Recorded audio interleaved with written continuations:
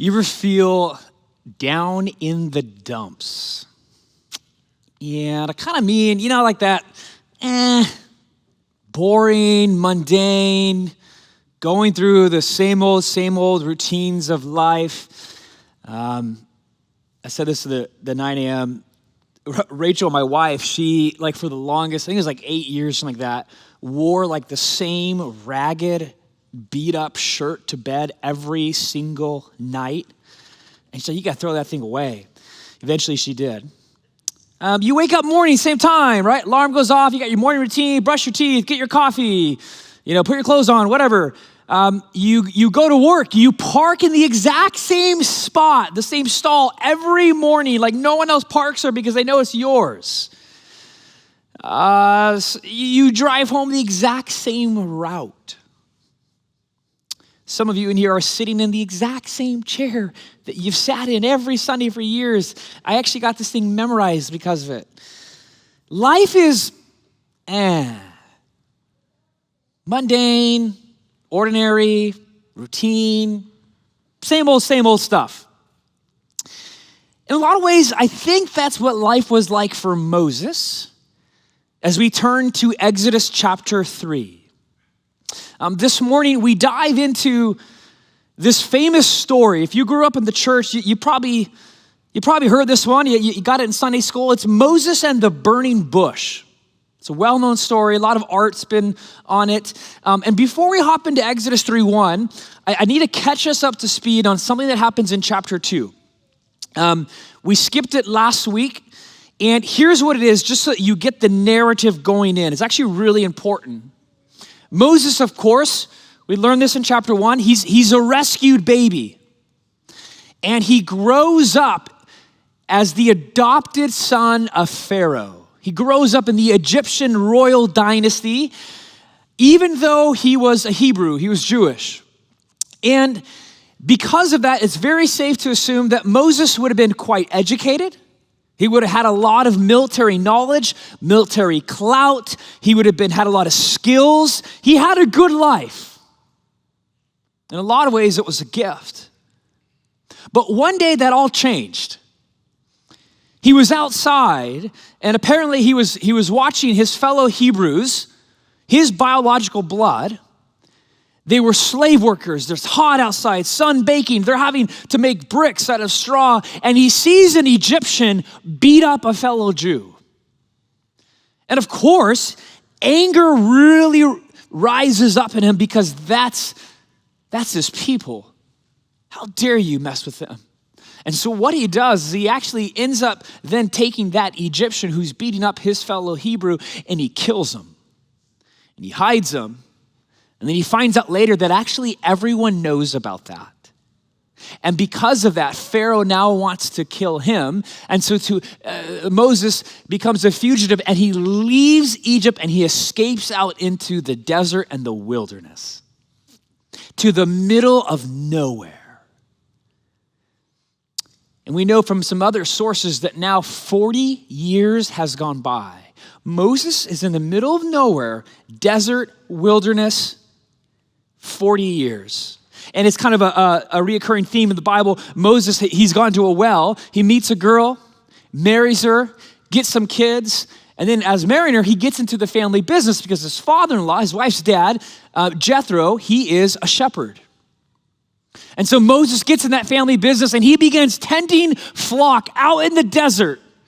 Now, some of us, desert, we maybe think it's cool now, Joshua Tree, Palm Springs. No, this is not desert back then. This is like desert, middle of nowhere, boring, hot, mundane routine.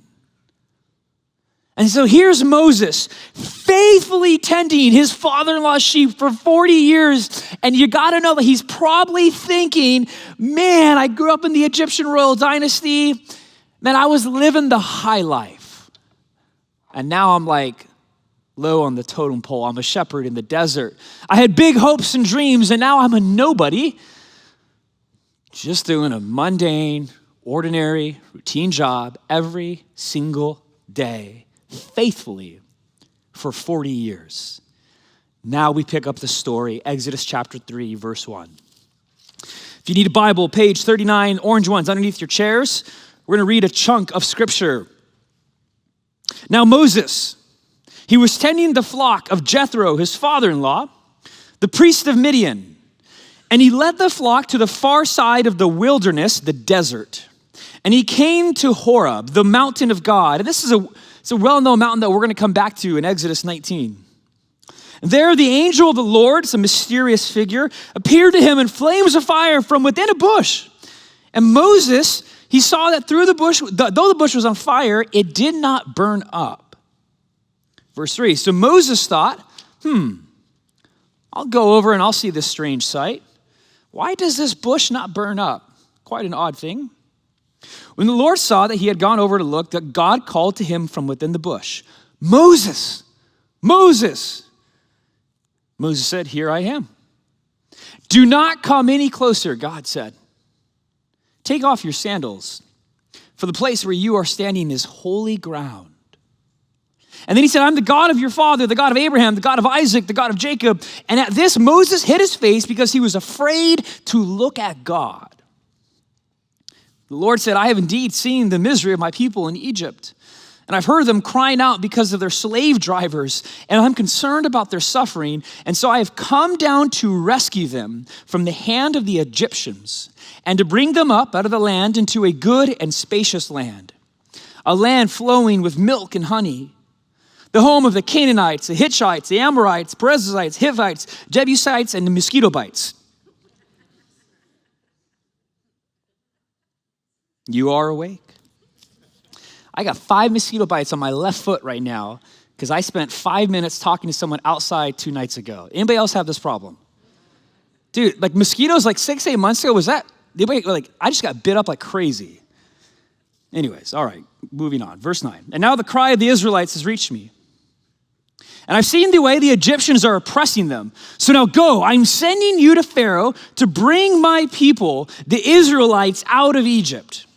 Now, this is correctly called like the commissioning of Moses, or the sending out of Moses, where God chooses this rescued baby boy who then lives with the Egyptians, is then as a fugitive goes out, God chooses this human deliverer to free his people from bondage out of Egypt and then take them into the promised land.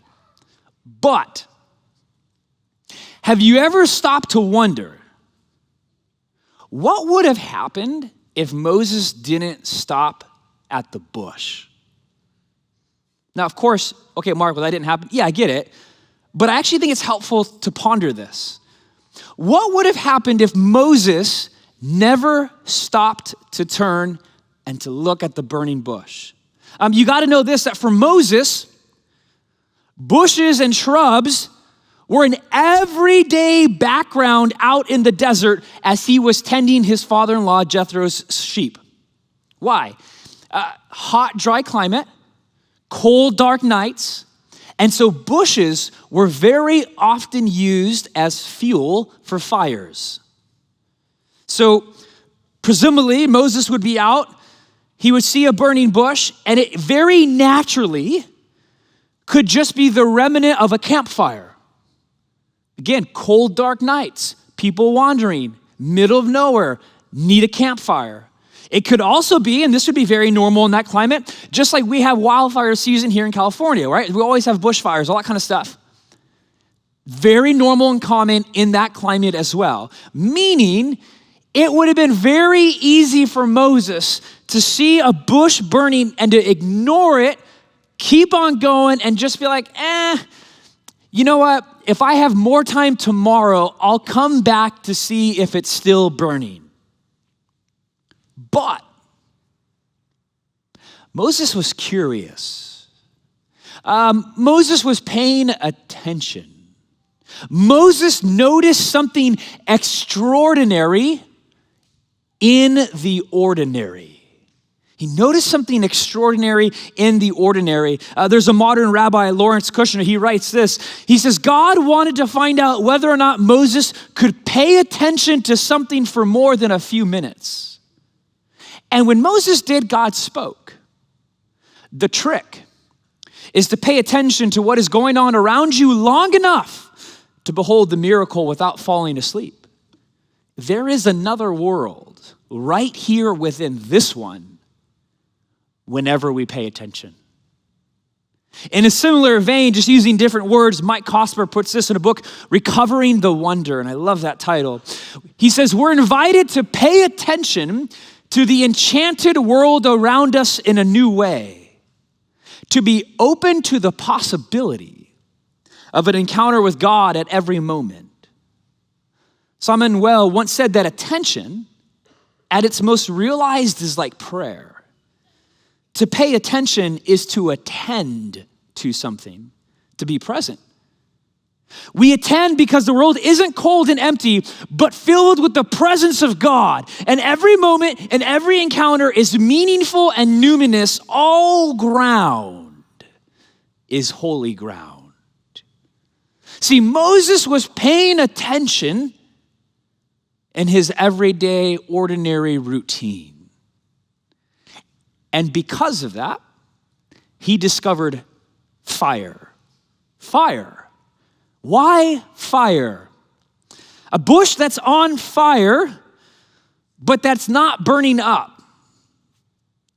It's weird. Like you should think it's bizarre. A bush that's on fire, but that isn't burning up. See, all throughout the scriptures, especially in Genesis and Exodus, the first two books of the Bible, fire is this really important symbol for the presence of God. Now, I can show this in a lot of passages. I don't have time to right now, and we will actually get to some of them later on in Exodus. But just know that that's what's going on here. But I think there's something even more particular about fire. You ever thought about fire? Like it's a very mysterious thing. People can just stare at a campfire. You just sit on a chair and like you just catch yourself like staring at fire. We just take pictures of fire. There's something fascinating about fire. What do I mean? Fire is beautiful and scary at the same time. We're full of wonder at fire, but then we're also full of fear of it. Fire can warm you, but fire can destroy you. Fire is frightening, but fire is also attractive. Fire is daunting, but fire is fascinating. Fire is a powerful image for the presence of God. This is why Moses is so curious about this burning bush that doesn't burn up. He approaches it, right? In verse 5, we read this. Don't come any closer, God said. Take off your sandals, for the place where you are standing is holy ground. Take off your sandals. This is, Moses, where you're at is holy ground. Touch the dirt, feel it. Honor, reverence. And yes, I wore these so I could just do that very thing in front of you. I should just preach barefoot. Moses, you see, it wasn't just fire. This is holy ground, not because there's something special about the bush or the fire. There's holy ground because the presence of God, the real living God, was making himself known to Moses. Moses goes from believing in God. He wasn't an atheist. He totally knew who God was. But he went from believing God to actually encountering him. He goes from knowing about this God to actually meeting him in person, taking off his sandals. Oh my gosh, I'm in the presence of God, and now he's going to tell me his name. His name? This God is going to reveal his name? Yeah. Verse 11. Moses said to God, who am I that I should go to Pharaoh and bring the Israelites out of Egypt? And God said, I will be with you. And notice the verb tense there, I will be. It's a verb of existence, remember that. This will be the sign to you, that is I who have sent you. When you've brought the people out of Egypt, you will worship God on this mountain. And notice this dialogue here. It's quite fascinating. Moses said to God, okay, well, suppose I go to the Israelites and I say to them, the God of your fathers has sent me to you. And they ask me, and here's the question, what is his name? What should I tell them? God said to Moses, I am who I am. This is what you are to say to the Israelites, I am has sent me to you. And God also said to Moses, say to the Israelites, the Lord, the God of your fathers, the God of Abraham, the God of Isaac, the God of Jacob has sent me to you. This is my name forever. The name you shall call me from generation to generation. So go, assemble the elders of Israel and say to them, the Lord, the God of your fathers, the God of Abraham, Isaac, and Jacob appeared to me, and he said, I've watched over you, and I've seen what has been done to you in Egypt, and I have promised to bring you up out of your misery in Egypt into the land of the Canaanites, Hittites, Amorites, Perizzites, Hivites, and Jebusites, a land flowing with milk and honey. See, Moses had already believed in God. Moses didn't know this God. He didn't know this God's name. All the time people will come up to me. This literally actually happened just a couple days ago at the gym. Lifting weights, turn around, the guy's like, hey, pastor. People will often call me pastor. And usually, it depends on the situation, and I get it. It's a sign of honor, respect. I appreciate it, super grateful for it, whatever. I'll say, hey, just call me Mark. You don't need to call me pastor. You just call me Mark. Pastor is a title. Mark is a name. You may not realize it, but if you call me Mark, there's at least some sense of probably relationship, intimacy, familiarity. That is what a personal name is and does. The name God is actually not a name. A lot of people don't realize that. God is a common noun, or God is a title like pastor. In Hebrew, the word is Elohim. God is not a name. The G-O-D is not a name. It is a category or title, and it means kind of like a powerful spiritual being. But the God of Abraham, Isaac, and Jacob, and Moses' father, he, in this situation, reveals to Moses his name in a bush. He reveals his name in a desert, ordinary, common shrub. The extraordinary makes itself known in the ordinary. So what's his personal name? Verse 14, God said to Moses, I am who I am. This is what you are to say to the Israelites, I am has sent me to you.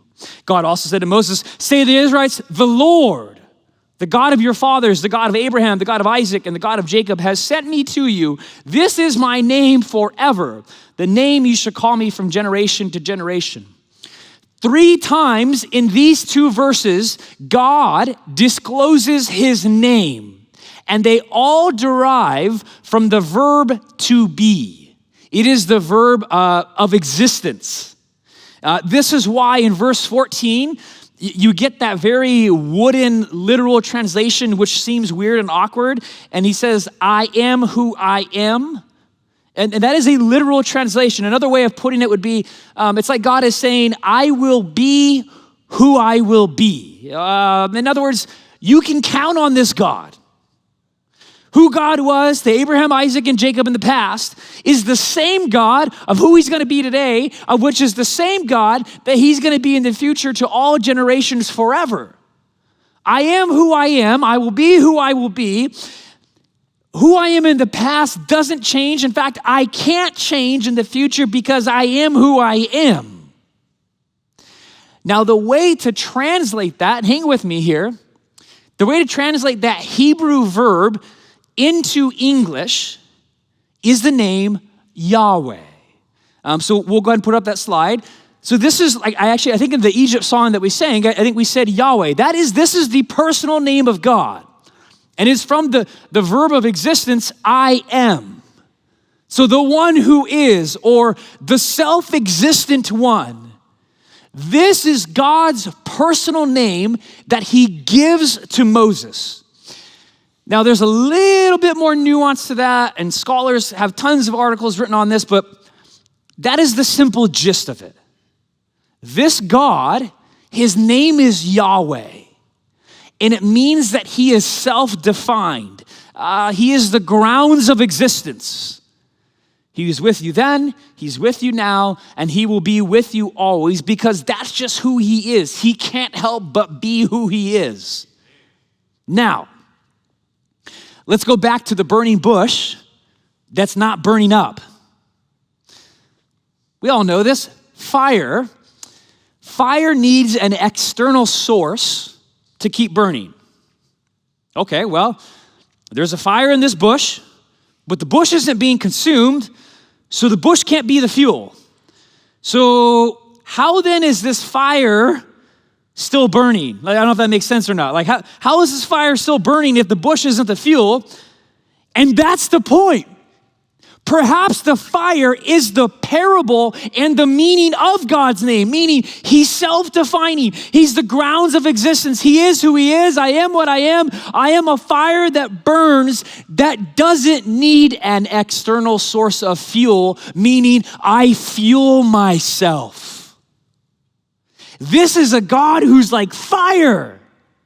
And what do we say about fire? Fire is like this thing that you're in awe of, and it's beautiful and it's amazing and you're fascinated by it. But at the same time, you got to have some type of like reverence for it, and you're cautious about it because you know how powerful it is. Those things are held together in fire. And God is like, I'm fire, except I don't need something else. I fuel myself, and behold me, I'm beautiful, but be cautious. Take off your shoes. This is holy ground. And the thing about Yahweh is that he's a consuming fire, but that doesn't consume us. He reveals himself to us in a common, ordinary desert bush. He's like, hey, don't call me God. Call me Yahweh. He's transcendent but immanent, bigger than this world, but making himself known in a small bush in an intimate, personal manner. And he doesn't want you just to call him a common noun, God. He wants you to say his name, Yahweh. See, a name is personal, but a title is generic.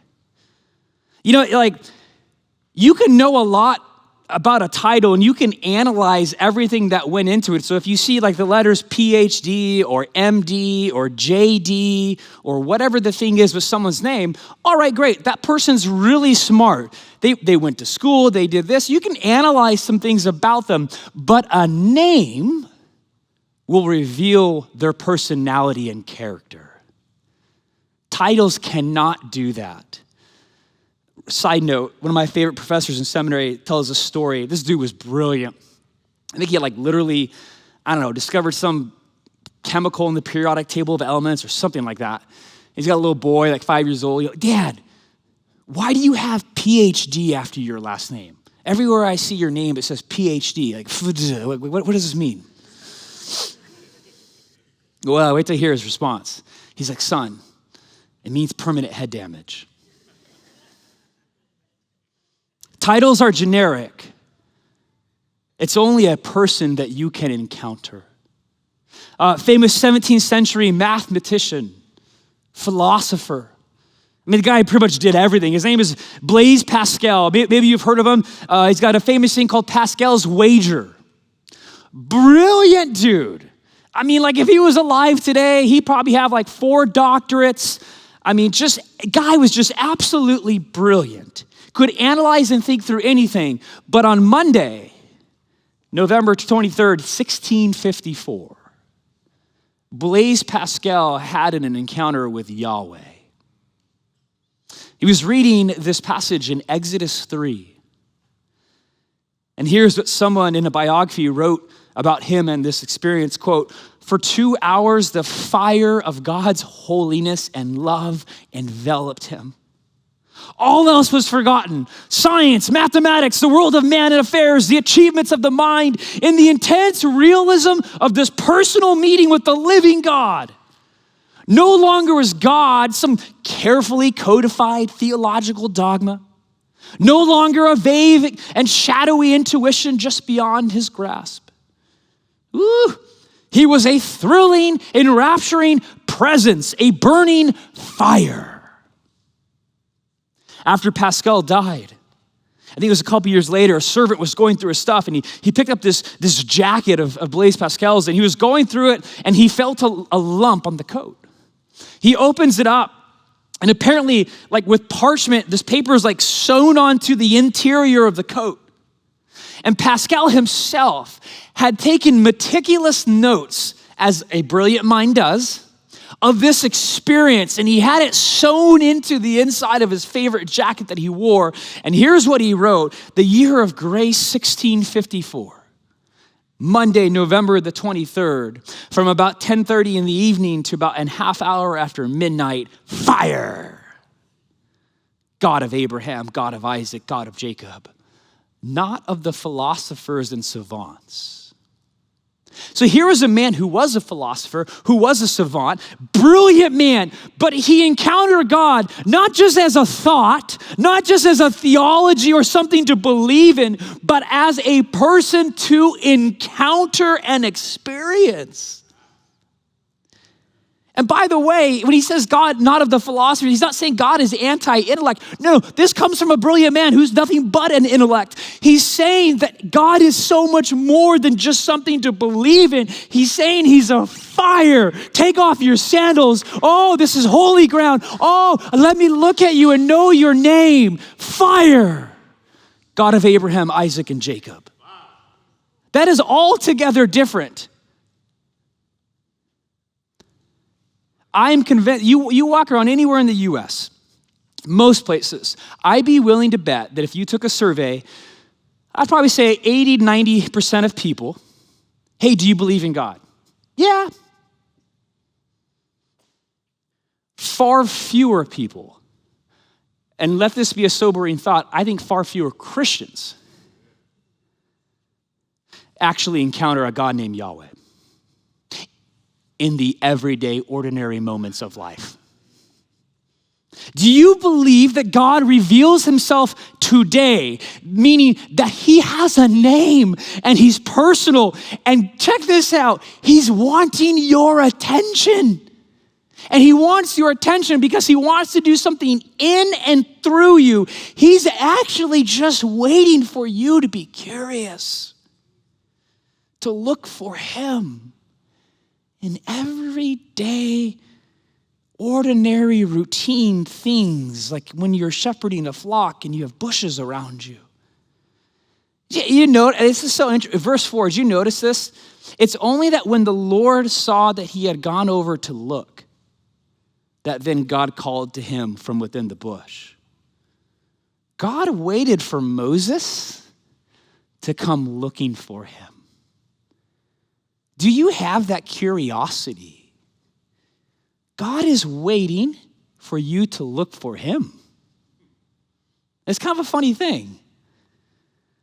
And as I was preparing this, the conviction that I had, and this is a sobering thought, how many Moseses are in here right now? Of course, I mean that metaphorically.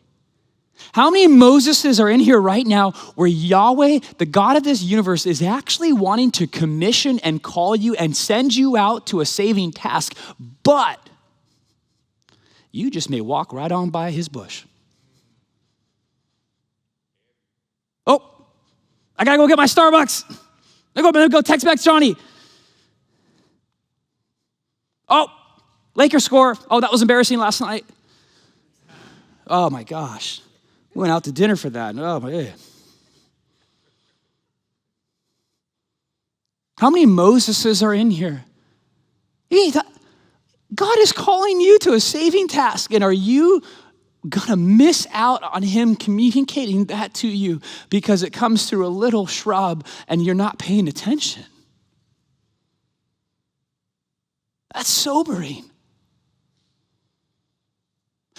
Every year I try to take a couple days, like 3 days or so, to practice silence and solitude. And so I just go somewhere by myself, get my introvert on. I usually do like a studio apartment, Airbnb. The last couple of years I've done it in Topanga Canyon, just inland of Malibu. And 2022, about a year and a half ago, I'm doing that. And I wake up in the morning, it's a small room, Bed sheets are all white, really comfortable bed. Wake up, get out, I walk to go get some coffee, and I notice, and these are like pure white bed sheets, by the way. I see like the only way I can describe this is like small black like poppy seeds. I don't know if they were actually poppy seeds, but and I'm like, oh, that's weird. Man, I slept on that, that's gross. So I just brushed them off. Bye-bye they go. A couple hours later, going by the bed again, pure white sheets. Man, those little black poppy seeds are back. What? So now I'm like, okay, I know I'm by myself. Am I like hallucinating? You know what I mean? Like too much coffee, what's going on here? I think I'm good. I brushed them off again, off the pure white sheets.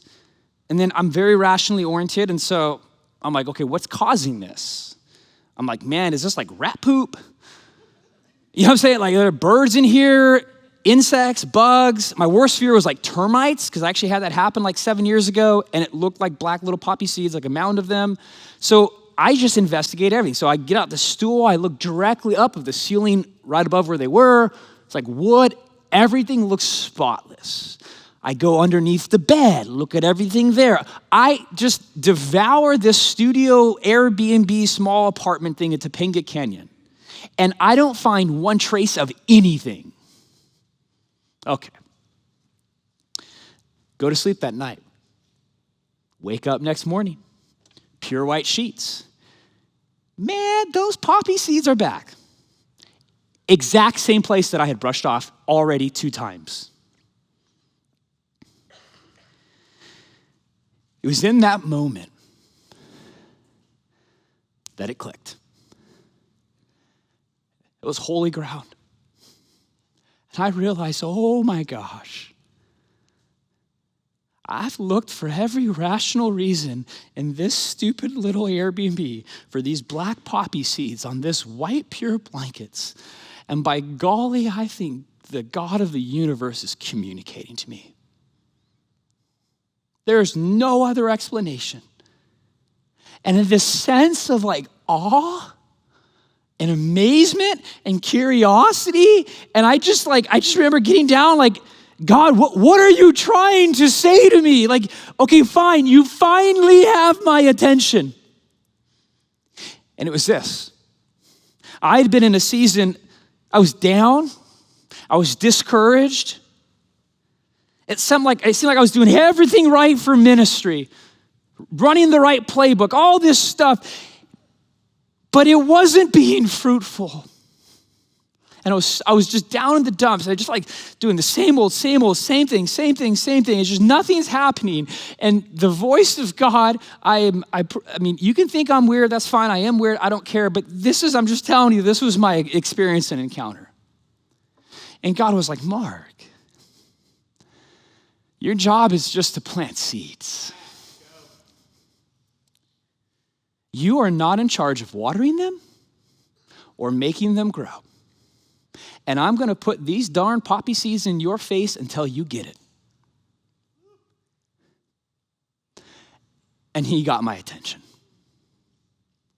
Mark, plant seeds. I'll make them grow later in the future, whenever I see fit, however I see fit. But it took God putting these weird, I don't know if I think they were poppy seeds, but I don't know. For him to get my attention so that I would stop and pay it and say, oh God, you are talking specifically, directly, personally to, I get it. This is holy ground. You have my attention. This was my burning bush. And I almost missed it. Fast forward a couple months. In my bedroom, white sheets. I take off a navy blue long sleeve corduroy shirt that I had on that had a pocket right here, front left. Thought I left the wrapper in there. Reach in. You know what I pull out? Small little black poppy seeds. let me tell you, I never took that navy blue corduroy shirt to that Airbnb. Physically did not. So if it was something else and the same thing's in my room, which, oh, by the way, I think there is, it's called the presence of God. Mark, are you paying attention? Are you curious? That was my burning bush. And so I want to ask you this morning, what is your burning bush? Meaning, hear me correct, I'm not saying literally, although it could be that, I don't know. Are you paying attention to Yahweh, who's trying to call to you? Where do you need to slow down to pay attention in the everyday, ordinary, mundane moments of your life? Because that is exactly where God wants to reveal himself specifically. He does it in the ordinary. We look for God on a Sunday morning, which is great. I totally believe he's here. I know he's here. But I also know that he's at your work, in the parking lot, at the grocery store, on the soccer field, and he loves to reveal himself specifically to you. The question, though, is actually, are you curious enough to be paying attention to him? Or do you just walk on by? Where you're standing is holy ground. I want to end with a reading from my favorite leadership book. Her name's Ruth Haley Barton. This book is so good, I reread it every year. It just ministers to my soul. It's called Strengthening the Soul of Your Leadership. This is a lengthy quote, so I will prepare you for that. But here's why I'm reading this, because she asks provocative questions that I want you to ask yourself. I want you to go home today asking yourself these questions. And I'll invite the band up as we do this. Many of us are choosing to live lives that do not set us up to pay attention, to notice those places where God is at work, and to ask ourselves what these things mean. We long for a word from the Lord. And don't we want, man, I just want to hear God. Now, listen what she says next. But we slide inexorably into a way of life that offers little or no opportunity for paying attention. And then we wonder why we are not hearing from God when we need God most. A question we might ask ourselves, and here, brothers and sisters, how much paying attention am I doing really? Do I have enough give in my schedule to be able to turn aside and pay attention when there's something that warrants it? Could it be that because I'm moving so fast, I don't have time to turn aside and look? Do I even have mechanisms in my life that create space for paying attention so that I don't miss the places where God himself is trying to communicate with me? This is so good. All of us have burning bushes in our lives, places that shimmer with grace, alerting us to the possibility that God is at work, doing something that we could not have predicted. As Elizabeth Browning wrote in her famous poem, "Earth is crammed with heaven, and every common bush afire with God, but only he who sees takes off his shoes, while the rest, they just sit around and pluck blackberries." If spiritual leadership is anything, it is the capacity to see the bush burning in the middle of our own life and having enough sense to turn aside, to take off your shoes and to pay attention. The burning bush was, after all, a most ordinary object that became extraordinary because it was on fire with divine activity. The practice of paying attention awakens us to what is extraordinary in the midst of the ordinary, as we live our lives in humble response to the one who's calling to us out of the burning bush in our own lives. Ooh, we discovered that we're standing on holy ground more often than we think. Oh, that the American church would grasp. Oh, that I would grasp. Oh, that the bridge would grasp. That Jesus doesn't want you to just believe in him. That sounds like heresy. No, he wants you to have an encounter with him. And oh, by the way, let's drop this bomb. You know that when Jesus identified himself, he identified himself with the name of Yahweh, the great I am. I am who I am. I will be who I will be. Boom. John 8:58. Truly, truly, I say to you, before Abraham, what? I am. He's saying, I am the God. I am Yahweh. They're looking at Jesus, this peasant fisherman. And he's saying, I'm the great I am. Man, the extraordinary in the ordinary. That's the incarnation, God becoming flesh. And Jesus is the same God today, the God of Abraham, Isaac, and Jacob, who revealed himself to Moses in a burning bush, and he is wanting you to pay attention to him in your ordinary.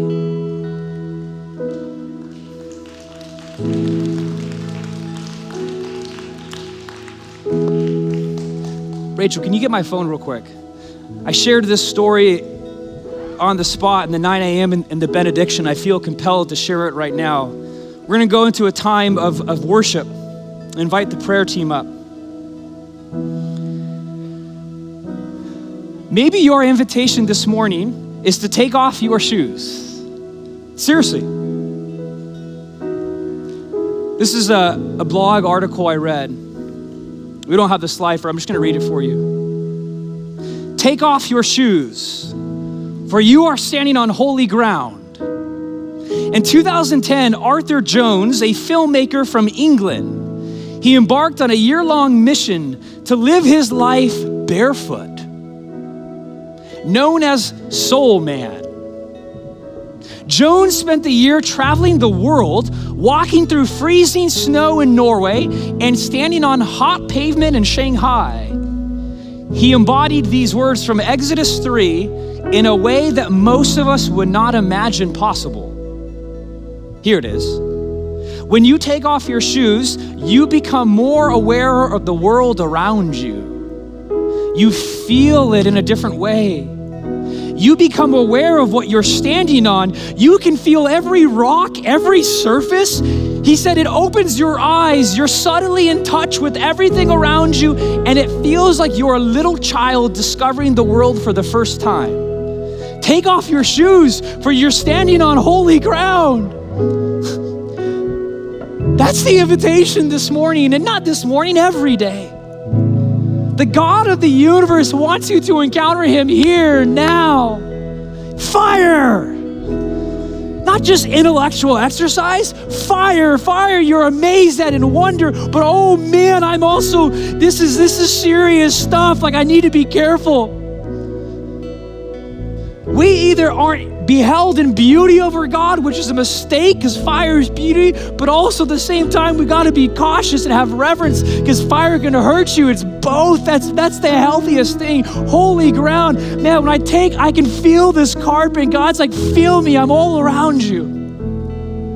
Someone told me, they prophesied over me in January, they're talking about this passage, that when you have your shoes off, you're intimate. You feel things. I can feel this carpet. Some of us are longing for a relationship with Yahweh where you're so close to him, it's bare feet on carpet. Do you want that? Take off your shoes. You're standing on holy ground. Come forward for anything, prayer. Maybe just come forward and just take off your shoes. Just take off our shoes. Come, Holy Spirit. Minister afresh to us, Jesus. Yahweh, the great I am. Reveal us to yourself.